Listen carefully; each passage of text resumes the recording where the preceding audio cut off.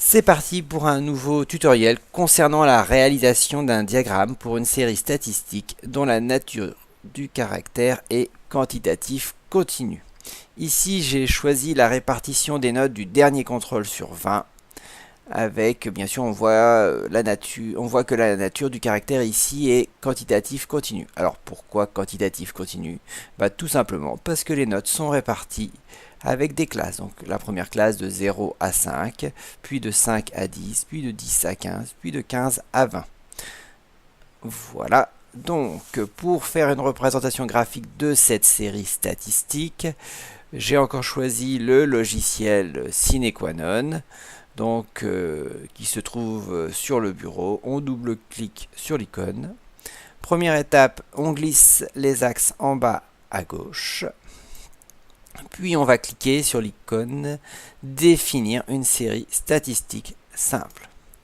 Lorsqu'on a donc une série statistique dont la nature du caractère est quantitatif continu, on va cliquer sur le troisième onglet valeurs regroupées en classes. Donc pour rentrer la borne inférieure correspond ici donc à 0, puis la borne supérieure à 5 et l'effectif correspond à 3. Donc après, bien sûr, le logiciel prend automatiquement les bornes des intervalles, sauf si elles changent. Mais ici, bien sûr, les bornes ont une amplitude constante. Donc 5, donc 10, 5, donc après 10, 15, 10, 15, 20 et 8. J'enlève la dernière borne inférieure qui s'est inscrite tout seul. Donc voici les valeurs rentrées. On vérifie toujours que l'effectif total que l'on a trouvé correspond bien aussi à l'effectif total que le logiciel a trouvé. Pour donc faire une représentation graphique, on a le choix ici avec un histogramme. Donc c'est la représentation que l'on a choisie en cours, donc ça tombe bien. Alors ici nous avons rentré des effectifs, donc il faudra bien sûr ici cliquer sur dessin réalisé avec des effectifs. Si jamais on avait les fréquences et qu'on rentre les fréquences ici dans la colonne effectifs, il faudrait bien sûr cliquer sur dessin réalisé avec les pourcentages. Donc ici nous allons cliquer sur dessin réalisé avec les effectifs. Comme toute représentation graphique, on va y insérer un titre. Donc ici, répartition donc des notes du dernier contrôle sur 20. Nous allons valider tout ça en cliquant sur OK. Voilà. Et là, bien sûr, le résultat n'est pas celui attendu.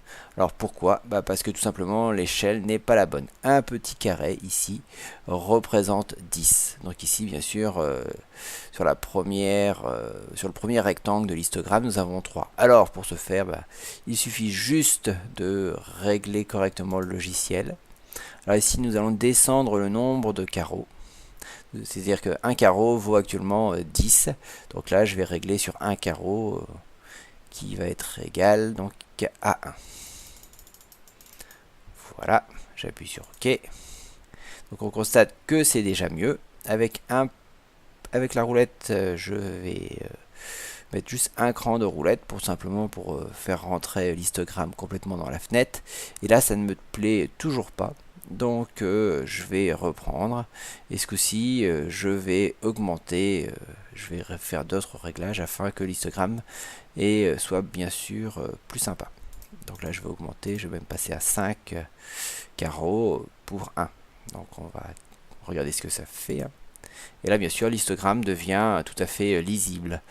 Donc voilà, ça donne ici une bonne idée de la répartition des notes du dernier contrôle.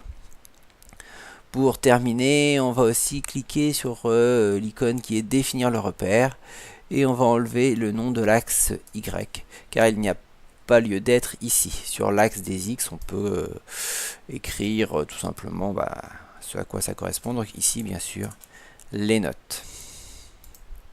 Donc voilà, donc pour une note donc de 0 à 5, nous avons bien sûr 3 en ce qui concerne l'effectif. Pour une note de 5 à 10, nous avons un effectif de 5, etc. Voilà, merci de m'avoir écouté et maintenant c'est à vous de jouer.